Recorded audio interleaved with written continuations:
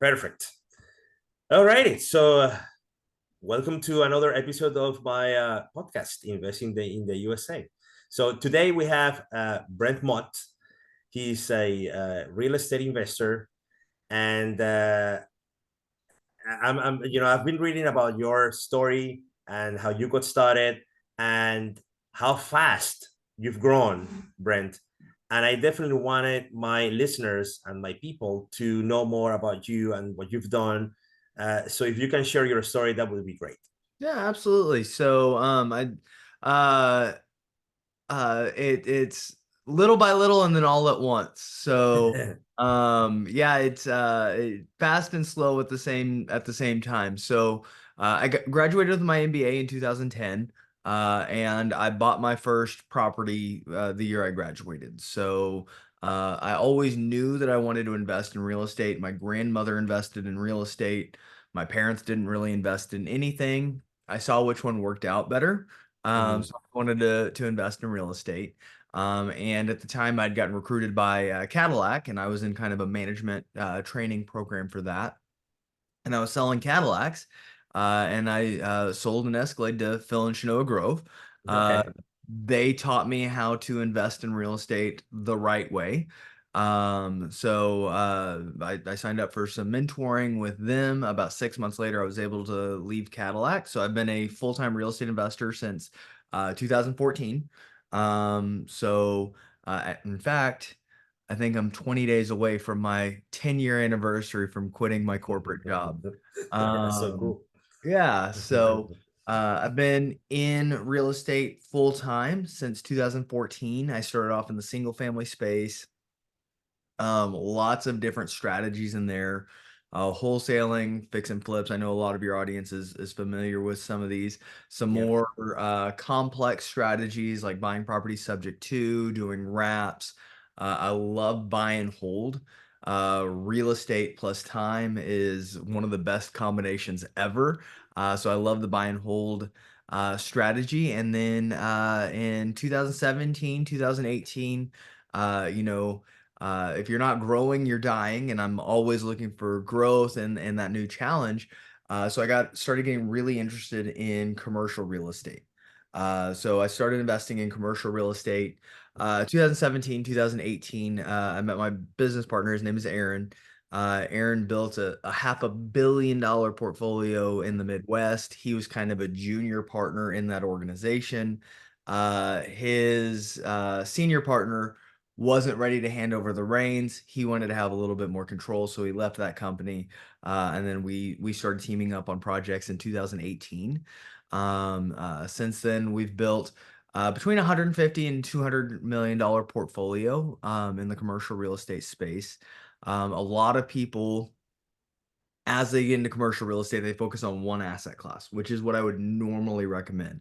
Aaron, my partner, focused on one market. So Sioux Falls, South Dakota, and he did a ton. He did every asset class imaginable in one market. So instead Did, of did Aaron did Aaron live there? he lived in Oh, Sioux he, Falls. he was living there. Okay, okay. Yeah, So yeah. he specialized in the region or localized area that he knew because he was living there. Okay. And instead of going really deep in one asset class in a wide area, he Yeah. went really wide in asset classes and really deep in one area. Okay. Which I don't know what I would probably recommend for somebody just getting in to say, hey, you know what? Right now I'm going to focus on multifamily, or right now I'm going to focus on self-storage, or right now I'm going to focus on this. If they're looking for active investments. For passive investments, I actually Sure. recommend the opposite of find good deal sponsors to work with and diversify among asset classes. Um, How you touched on that point. mhm. How important do you think it is for people to find the right people to invest in, not Oh, the it's right everything. deal? Because I mean, if you think about it, there are so many people out there and they're pitching like the best deal. No, no, no, mine is the best deal. No, no, no, no, no, mine is really the best deal. Let me tell you about my deal, And then it turns out that they're not that good, or maybe it was just a subpar type of deal. So, what do you think about that? So I mean there's a saying in horse racing that you bet on the horse and the jockey. Now I don't like to gamble. I don't enjoy it. It just stresses me out. So I don't know exactly what that means. I don't know how to pick out a horse or a jockey. But I know I get the analogy. So anytime you're investing in a commercial real estate syndication or any project, you're investing in the project itself, but you're also investing in the person running the project. So I mean, when we look at publicly traded companies, when Steve Jobs left Apple, their stock price took a hit because people are betting on the company and the person running it. So finding the right deal sponsors is huge. I recommend finding somebody that's been in the game a long time, that have seen some downturn. Meaning what? Just like being in the game. What does that mean for people that So are so they, listening? they've experienced some difficulties. They've experienced Right. some and not difficulties that are self-induced. They've run into some challenges. So I always want to, when I'm talking to a deal sponsor, I want to hear about how many deals have you had go full cycle. So full cycle means I bought a project, I did my exit strategy, or I implemented my plan and then I sold the project.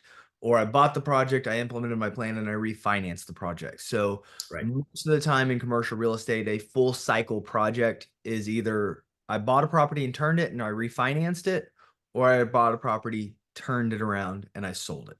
So I want to know, Yep. how many full cycle projects has somebody done? And you know what? If it's somebody's first project, I want somebody on their team. Okay. The beauty of commercial real estate is this is a team sport. And as long as there's an advisor, as long as there's a co-sponsor, as long as there's somebody there that's been full cycle, if you can have somebody that went through like an '08 crash, Sure. how did you weather the storm? So I always want to ask people, before I invest with them, tell me about a project that went sideways. Tell me about a project that didn't go 100% according to plan. Tell me what happened, Yep. what caused it, how did you tack, how did you pivot, how did you change to make sure that you dealt with that difficulty in a really positive way? What did you do? What was your response? I mean, Yep. right now, if somebody's been investing for at least 5 years, they had COVID. Of All right. course. And there was well, they probably had COVID, but they also dealt with the pandemic. So it's a, what challenges did you face? How did you pivot? How did you overcome? All right. So Yep. it's a I don't want to invest with somebody that's only seen good times. And that's part of what we're seeing right now in the multifamily space specifically, is people that, they got in the multifamily space when interest rates were 3-4%, and they've never seen a higher interest rate. So they're into some really choppy waters, and and they're not sure what they're doing. So you're definitely investing in the project itself, Yep. but also the person in there.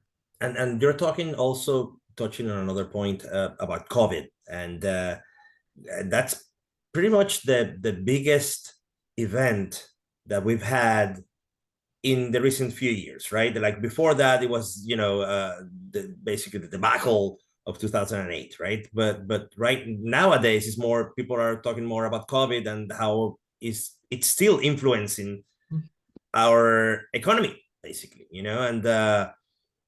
and so and I know you have a big project, and I want to touch on that too, of course, in Hawaii, currently looking for investors right now. But I also know that you started in 2020, which is basically the year that Yeah. COVID was just like hitting like full blown. So tell me more about that. Like, what happened there? How do you find that deal in 2020, or do you find it before and you just started working in 2020? Or like, how did that happen?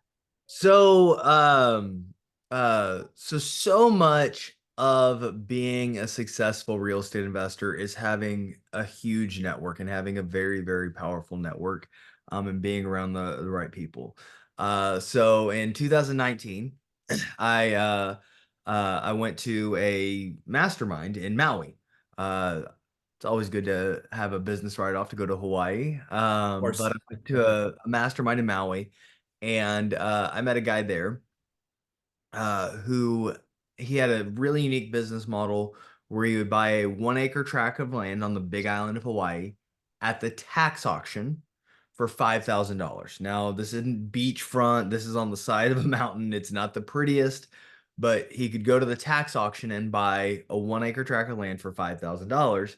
And his business model is he would turn around and owner finance it for $15,000, which turns out to be a really good business model. Well, he had 36 acres under contract and he had never done a project of that size. So he said, "Hey, can you come in and help me finance this?" So I helped him put that deal together. So that was the first deal that I did was in Hawaii, was very, very end of 2019, is when I first started doing deals in Hawaii. And another part of success is you let people know what you do. So I let people know, hey, I do deals in Hawaii. Right. So I got a call and said, "Hey, you do deals in Hawaii, right?" And I'm like, "Yeah, absolutely, I do deals in Hawaii." Well, I've got this really complicated lead. It's a low income housing tax credit lead. Well, my business partner Aaron has a ton of experience with tax credits. All right, he's done low income housing tax credits, but he's also done a lot of historical tax credits. Can Uh, you share a little bit more about like what those are for so the it, audience? Yeah. so what a tax credit is the tax code is written to incentivize businesses. That's really what the goal is there's things that the government can't do nearly as efficiently as the public sector, or excuse me, as the private sector can. Yeah. So the government isn't great at providing housing to its citizens. It's not something that it's very efficient at. Yeah. So what they can do is they can say, "Hey, we want to provide housing for this group of people, this socioeconomic class, this people facing challenges." Or, "Hey, we've got this beautiful historic building. We want to get it remodeled. All right. We want to incentivize someone to do that." So, this project that we're working on in Hawaii is a low income housing tax credit project. Okay. So, you're going to hear that referred to as LIHTC. Yeah. Okay. So, low income housing tax credit. And I am way oversimplifying this because I pay consultants and attorneys a lot of money to dive into Of deep course. dive into this. Yeah. We Uh, just wanted to get the kind of the in a nutshell, what at, it would be, you know? at a very high level, Yeah. for one of our projects that we're working on right now, is in Kona, which is on the Big Island of Hawaii. It's a 107. One is 107 and one is 104 Yeah. units. So Yeah. both projects are very similar in size. I think this one's 107 units, but the government wants us to provide housing because there is a huge, huge housing shortage. There's about 20% less housing than they need on the Big Island specifically. Um, So they have more people than housing. absolutely, absolutely, That's and I just wanted to repeat that so people like, oh, they would get it. yeah, More people than housing, right? yep, So they definitely need a lot more houses than there are mhm, currently in Hawaii. Okay. yeah. So we've had a waiting list for these projects for 3 years, as we've navigated some of the bureaucracy. So what the LIHTC is, or the tax credit is the government says we want you to provide affordable housing for the citizens of Kona. Okay. So if you'll provide this housing, we will give you a $30 million tax credit. Okay. So a tax credit is different than a tax deduction. A tax deduction reduces your tax base, so you pay less taxes. A tax credit is as if I paid $30 million in taxes. And Okay, they're so just giving it back. Yeah. correct. Perfect. So because we don't have a $30 million tax liability, we work with it's typically banks. So we're going to work with the bank that's going to lend on the project is essentially going to buy those tax credits for around 90 cents on the dollar. Okay. Mm. So we're going to take our $30 million tax credit and sell it to our bank for $27 million cash. Okay. And again, it's this is an oversimplification. Sure. Yeah. Yeah. And we're going to use that $27 million as our down payment for the loan to build the project. So normally on a project, and this is a very large project, this one's I think $80 million. Yeah. So normally on that size of project, we would get a loan from the bank for between $50,000 and $60,000. Okay, and then we would go and 50 or $60 million, you mean? would be what we would get a loan for. Yeah, yeah, So exactly. 50 or about 60 million. 70%. Yeah, About exactly. Yeah, yeah. 70%. Yeah. And then we would go to our investor pool and raise the other, $20 million in limited partner shares. Well, and then because of this, we don't actually have to go to our limited partners, to our normal passive investor pool for this. We're using the government's money as our down payment for the project, which is Pretty cool. nice. Yeah, it's a pretty cool structure. Very, very complicated. This is another, you have to have the tools and the resources and the team to be able to put a deal like this together. And who's your team on this one? I know you said Aaron, So and who else is like? Yeah, it's Aaron, because you said Aaron is stateside. Aaron's here, right? Aaron is here in Texas. Yeah, here in Texas. Yeah. So he's And you in, are too. And so and you're I'm in both in San Texas. Yeah. Antonio. Yeah. Mhm. Yeah. And we have a partner on the ground. His name is Carlo. So Yeah. Aaron is kind of head coach, and Carlo's kind of the quarterback of this Okay. deal. Okay. Okay. Okay. So that's kind of the relationship there. And Carlo has been in Hawaii for over 20 years, so he's local. In Texas, we're accused of having what's called a good old boy network. In Hawaii, nothing gets done if you don't have relationships. There Right. is nothing that gets done.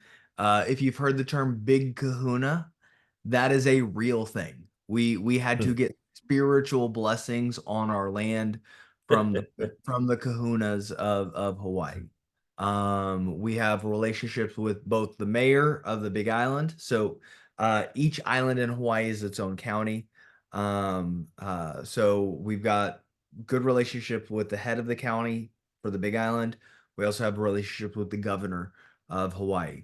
So we've got really good relationships. And then the number of engineers and architects and different experts and consultants in this project, there's a lot. And how about because I know that because I've been in one of your presentations, and I know you also touched on a point of the construction. So how about that partner? I mean, So can you mention that too? Because that's yeah, really key there too, right?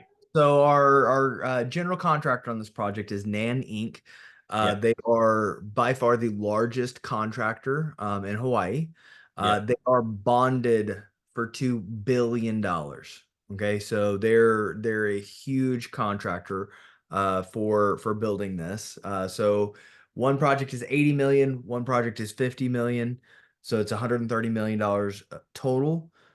This So, company is bonded for $2 billion. so when you say that they're bonded for $2 billion, that means that they could potentially build projects that reach that potential, right? So they would actually build $2 billion in projects because they're bonded for that, right? That's what it means. Correct. Okay, Yeah. so basically That's what their insurance is up to.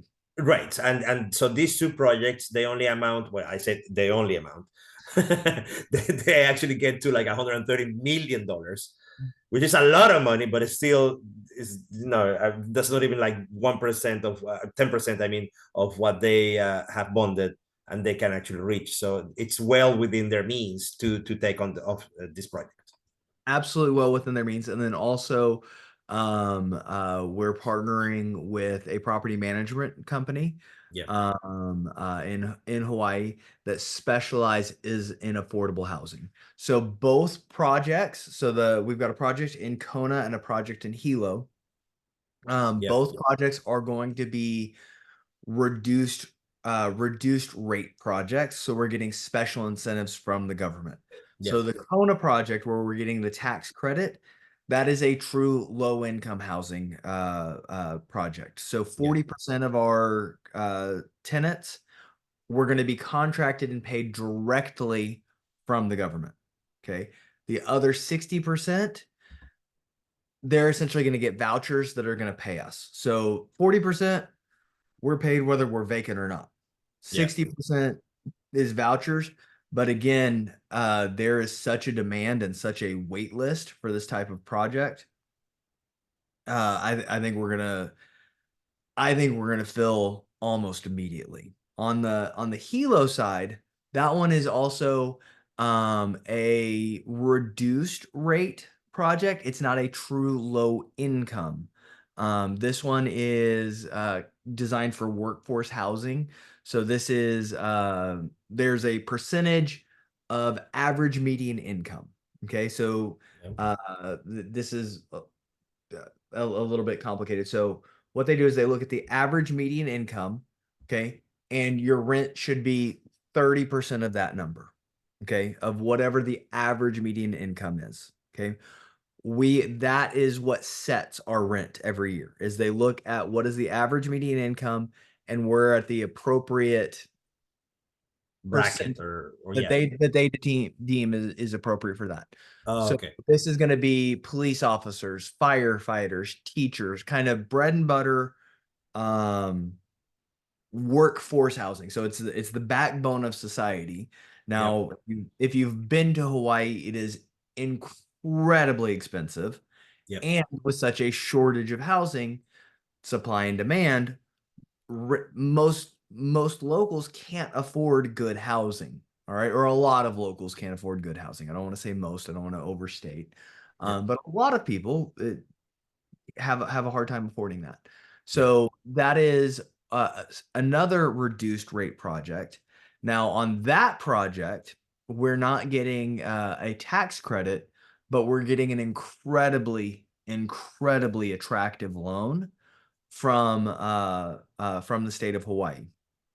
On that project, we're getting this one's a $50 million project. On that one, we're getting a $25 million, so half Yeah. uh, of the project as a loan. Now that loan is a 52-year amortizing loan, which is pretty cool. I've never seen I don't even know how they decided 52 years. Can you say that again? Like, explain that normally you would see a 30-year amortization loan, So doing like 20 or 25 years. That's for commercial real estate, right? yes. Now, in So this case, they're giving you pretty much double that, a little bit more pretty than much, double that. pretty much. And there's no arm, so there's no adjustable rate. Right. And there is no balloon. So it's a 52-year fully amortizing loan at 3% interest. Let me say that. What do you say the interest rate was? 3%. Okay, So not less than 30, but 3%. And what are the current rates right now for commercial real estate, as far as you know? you're looking at 6 or 7%. Right. So we're less than half of Right. what that would look like, and double the term. Right. So payments Right. are a So the quarter. payments are really, really low in comparison to anything like this, right? Correct. Yeah. Yeah. So it's a $25 million loan, 52-year amortization, 3% interest. We get to use that money before we use any bank money. Okay, so the bank that's going to fund the other $25 million, they've got $25 million of government money invested before the Yeah. bank money. But this government loan will subordinate, meaning the bank still gets a first position lien, even though we're spending the government money first. Right. So basically, it is working kind of as in equity, so they're invested first and they're in second position. They're not in first position. Correct. Okay. Correct. Okay. That's pretty good terms. Yeah, so it's Pretty a good it's a terms. very attractive loan. And both of these projects we've been working on for several years now, and like we said, COVID happened, Yeah. made everything more difficult, and then as a result of some of the policies, inflation went crazy, interest rates went crazy. We've had a very turbulent few years. Mhm. Again, in Hawaii, I love the state, but there's a lot of bureaucracy. Mhm. So this was we've been running these as two projects separately.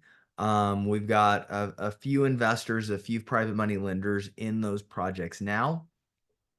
We're actually bringing those together, and we're restructuring this into a single a single project. So somebody that invests gets to invest in both projects. And we're restructuring that. We're on about the 85-yard line, so we're pretty close to the finish on this project. And because we are so far into this project, our internal rate of return is phenomenal, and it's through the roof. It's projected. And before I make any specific offering, this is not a Yeah. specific. You There's, can there's, have this is just always for educational purposes. We're just talking exactly. about, this is a deal that you have, and that's great. Let's not really go into that, but I've seen the numbers and they're really awesome. Yeah. Let's So we just leave it at that. yeah, we're looking at really really great returns for our investors. Yeah. The other thing is the government is giving us all of those great incentives, but also the way that we're compensated on this project is through developer fees that the government allows us to charge to the project.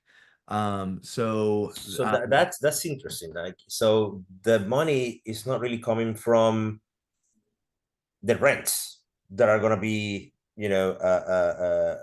basically just, realized, I guess, when you actually build the thing. So the money's coming beforehand.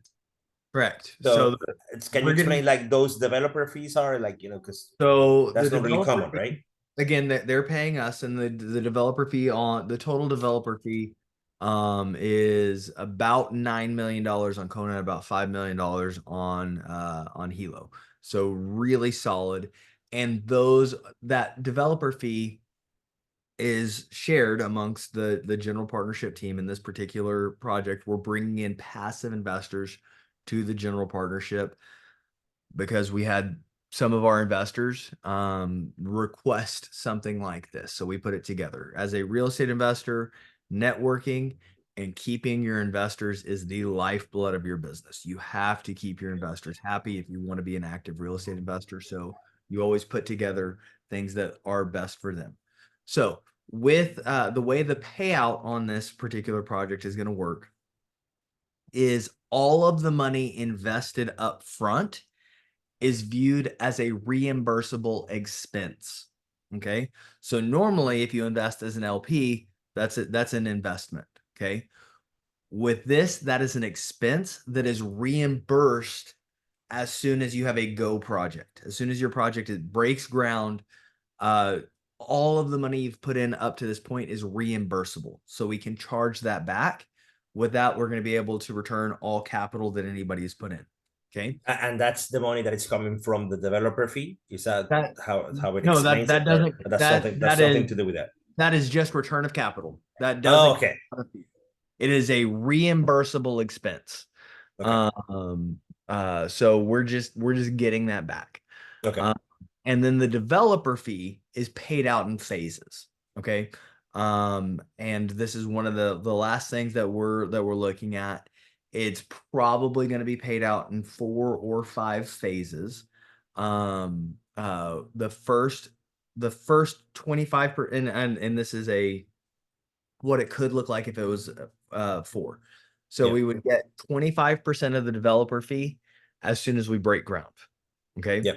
So having the return of capital and 25% of the return uh in about a year Yeah. is the biggest thing of what juices the internal rate of return to quite frankly, to a lot. silly number. It is a Right. silly number, and Yeah. if anybody and if anybody told me that that's the internal rate of return that I'm anticipating, I would say you're doing something illegal. Right. It's because of a very, very unique structure in this deal. We're able to give really kind of silly return. But also, Brent, it's really good to touch on the point that this is an interesting deal. This is not really a normal deal that you would see every day, right? So like it's multifamily, yes, but it's a different kind of It, deal per se because of the structure and everything else. it's a different. It's a structure and project that I've never seen. Right, right, right. I've And I've I've never never seen seen it either. a deal put together like this. Yeah, yeah, And what it is, it's allowing pass. So normally this would just be self-funded by the general partnership team. We're just allowing passive investors into the general partnership team. Is right, really right. why it's so different. And if you think about it, like look at the structure, right? Like listen to the structure.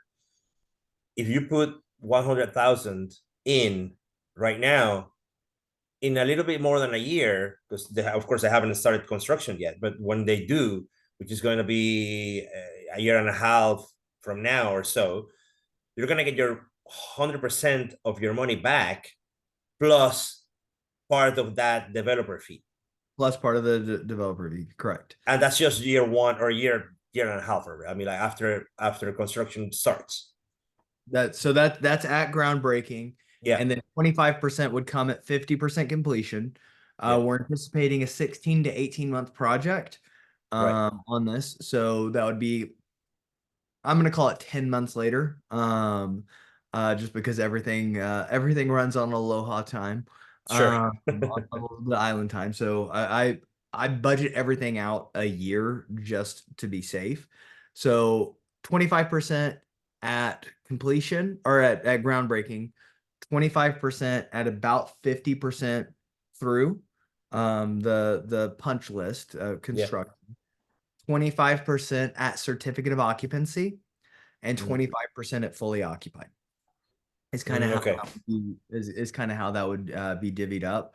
And it's a what we put together, I think is very, very attractive. Now this is it is a different structure. It is a different it's a different piece of I would definitely put this in the growth portion of your portfolio.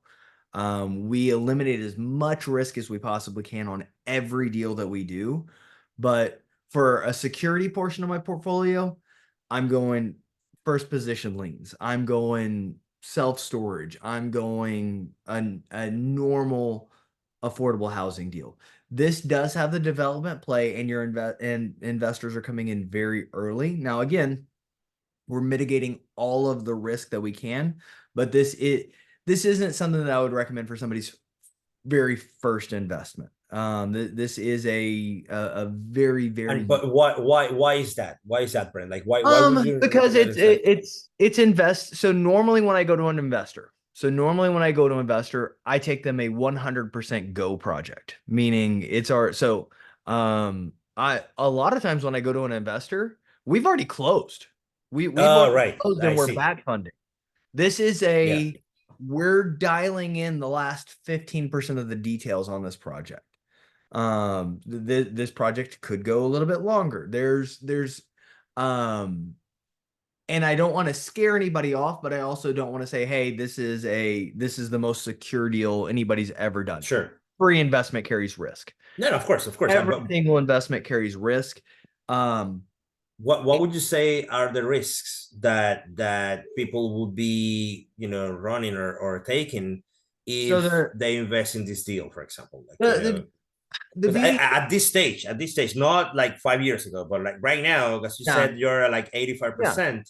So the risks are just that 15% of time. That what would happen then? That's So kind of the risk that are still there is and one of the great things about good real estate is if you've got a good syndicator, if you've got a good general partner, real estate deals will run long, not bad. right. Okay. So meaning it will take longer to execute than what we initially planned. Now Also, a good general partner or syndicator will be very conservative in their underwriting. Yeah. So in my underwriting that I share with people on this, I underwrite this out almost 5 years. I think it's got about 2.5 more years in the project. So I've already underwritten it at an additional 5 years. So things can go long. Right. Our commitments from the government are already locked in. Okay. We've That's good to done know. we've done 90% of the archaeology. Okay, so we had in Kona, we had to move where we were going to build a building because there was a path that at some point a Hawaiian princess may have walked on. You're kidding. There is a lot of bureaucracy in the state of Hawaii. Their culture and traditions are very, very important to them, and I understand and I support that. Um, But uh, that means, of course, barriers to entry. yep. That Oh, means that's not really your problem. That's anybody's problem, right? that's the competition. And that's a competition. That's basically the same problem everybody's gonna have. And we have a lot of extra government support Right. because we are the closest projects to shovel ready. Okay. Yeah. So if they discover some amazing thing that happened, that could throw a wrench into it.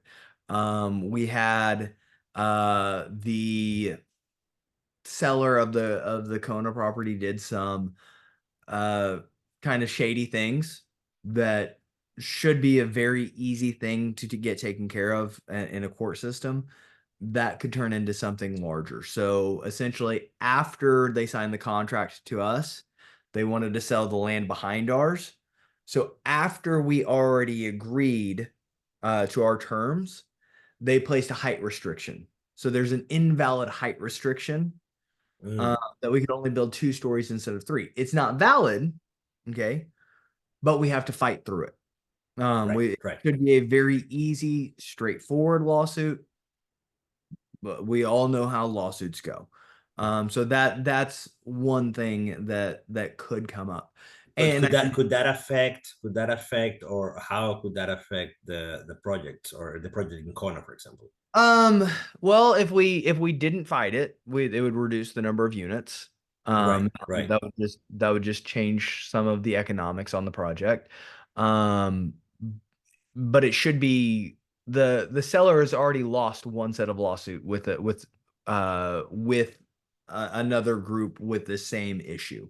So it should be Mm. really straightforward in getting it taken care of, but it should be. And Sure. Sure. Yeah. You uh, never know so until you that actually go that's through that. kind of the the major issues. That's probably the biggest issue that we have is having to fight some uh and unscrupulous. But it's a clear cut case.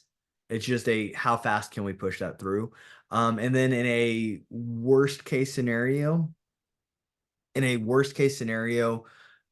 these could become market rate deals, meaning uh, I don't even know how it could happen, um, uh, because we're already under contract with the government. Sure. But if some absolute fluke, the government said no, we're gonna back out of this, which then we would have to sue the state. Then instead of it being an affordable housing project, it would turn into a market rate project.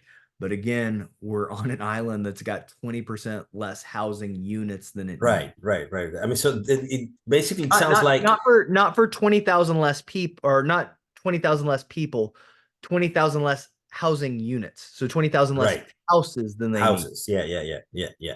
So it sounds like, yeah, there could be some trouble there, but as with any other investment, it's just the matter of mitigating that risk, right? Yeah. So yes, it could happen, but the possibility of that happen is so low, the probability is so low, that we're just gonna push through and just, Yep.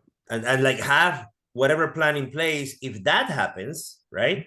But still we're gonna push through, because I mean, like, if you weigh both options, right, this option has a lot more seasoning, more meat than this one. I think that I think that the return on this is very outsized to the risk that Right, this. So normally when I look at a commercial real estate syndication, I look for about a 14% annualized return. right. That's about what I look for in a normal commercial real estate investment. And the annualized return on this is through the roof. And it's just a another good quality of a general partner or deal syndicator is saying, hey, is I want to say, hey, here's all the good things about the deal. Here's the not so good things. Sure. And every deal has trade-offs. This has a ton of upside potential, but it does have a couple of little things that I wouldn't normally have. Yeah, So if I've got hey, this is a storage facility, it's 70% occupied. This is why it's 70% occupied. We're going to go in, we're going to fix the management, we're going to fix the marketing. It's going to be 95% occupied in 2 years. That is a very straightforward, very vanilla deal. sure. It's a very and that is I do that is more my investor profile, but you know what? For about 20% of my investor profile, I want to shoot for the fences. Yeah, I want to look for major growth, and if you've got some room in your, hey, I'm looking for massive returns, and I'm willing to take on a little bit more risk for massive returns, this is a good project for somebody within that kind of investor profile. cool, cool. And it's just Yeah, a different piece of your investment portfolio. exactly. So basically, if you have the means to invest in something like this, and this is not, your typical investment, of course, but still, it's a good, solid growth investment type, and So normally this isn't well for any investor, I wouldn't take somebody's last $100,000 for the exactly. Yeah, like I would not take it. I have yeah. one investor that I'm taking their last $100,000. My mom. And Right. it is Yeah, I yeah. know I'm taking care of my mom. Sure. It if that $100,000 went away, I'm gonna have to take care of my mom more. But when this deal hits and that $100,000 turns into a lot more, that's gonna remove it. But my mom is the only person that I would take their last $100,000, and that Right. uh, uh, it Yeah, just yeah, yeah. yeah. No, that's really good. It's a really good project, I think, and um, I don't want to go and say something that is going to be recorded here, because I'm going to talk to you more about that after we do this. But I think I think it's been great to have you here on the show, and hopefully we're gonna speak more about that deal and any other deals that you may have in the future. Of course, it could be in Hawaii, or it could be here in Texas. It could be multifamily, as you said, or storage. It could be something different. So stay tuned, and if you have any other last words before we get out of here, just Yeah, tell us. on this project, we're meeting with every investor individually. So no, normally, when I have a project, I have hey, here's the documents. Read over the documents. Let me know if you have questions. With this particular project, because it is a unique project, we're interviewing investors essentially. Right. That hey, you understand exactly what this is. And again, I'm not actively trying to scare anyone. This is just a different risk profile than what I normally put in front of investors. But Yeah. again, I think the returns are way outside the risk on the project. Definitely, definitely. Perfect. Again, Brent, thank you for being here with us, My and pleasure. we'll definitely speak soon. I and look forward to it. hopefully, you can come back. I'd love that. I'd love that. All right. Well, Thank you so much. hopefully Yeah. we'll do this again live from Hawaii. Oh yeah, man, that would be awesome. Can you imagine? Yeah, let's do that. Do that. Let's do Let's an plan on episode it. in Hawaii saying like, yeah, this is the project that we're talking about. And So we're here.